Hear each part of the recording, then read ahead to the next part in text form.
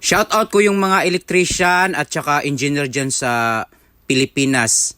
Di ba ito yung mga ginagawa dyan sa Pilipinas, kabayan? Pwede naman yan, kabayan. Pwede naman yan. Pero dito kasi sa abroad, pang international na yung galawan. So gusto ko, tuturuan ko kayo na malinis ang gawa. Yung grabe talaga ang linis, kabayan. Nagbabalik na naman si Boy Kubus, ang pinakamagaling na electrician dito sa abroad at hindi basta-basta gumawa. Oh my goodness, tingnan mo galawan sa kamay, kabayan. Oh. Tingnan mo, kabayan. Grabe talaga ang galawan sa kamay, no? Actually, kabayan, itong tutorial, kahapon, na-upload ko na to sa Reels, pero gusto ko yung mahaba para maklaro talaga ninyo. Pinutol ko lang lahat, pinutol ko lahat yan.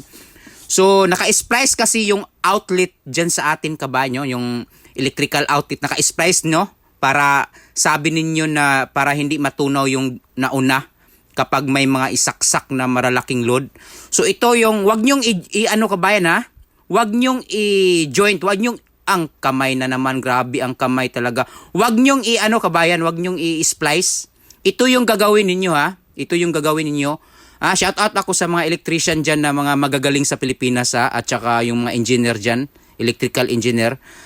Ito dapat yung medyo maganda to. Sana pwede to sa Pilipinas, no? Kasi alam ko na hindi to ginagawa, pero ito yung idea ko ba? Idea ng pinakamagaling na electrician dito sa abroad na gusto ko lang i-share sa inyo. No, wag kayong magalit kasi nag-share lang ako sa inyo, ha. Grabe talaga. Tingnan mo, ha. Yan dapat yung gagawin ninyo. Wag nyong i-splice. Wag nyong i-splice. Pwede, ipasok nyo dyan. Yan, ganyan ang galawan. Ipasok nyo, no? Yan, paliparin ninyo yung yan, yung crimping tools dyan. I-crimping mo yan, kabayan, ha. Yan. Kamay talagang galawan sa kamay, oh. Tingnan mo. Ganyan, kabayan. Di ba ang linis, no? Nakikita mo yung mga galawan dyan. Dito kasi sa abroad, kabayan, ang mga galawan kasi professional, international, veterans, electrician ka dito. No, hindi pwede yung splice dito.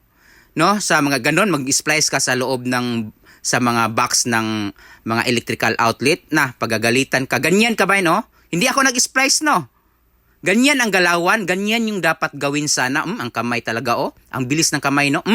Grabe talaga ang kamay. Oh, grabe talaga ang kamay, no? Grabe ang mga galawan. Ganyan dapat, kabayan. Oh, tingnan mo. Walang splicing, no? Alam mo ba, kabayan? Ako lang nakagagawa niyan sa abroad. Sana ganito ang gagawin sa Pilipinas, no? Sana ganyan sana, no? Kasi napakalinis, kabayan. Tingnan mo, ha? Huhugutin ko, ha? Grabe na talaga yung lakas ko. 100% na yung lakas ko pero hindi pa rin mahugot.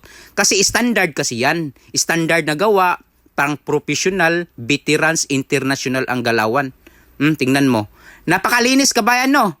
Ala ko lang nakagawa niya sa abroad, kabayan. Sana ganyan din sa Pilipinas. Oh my goodness.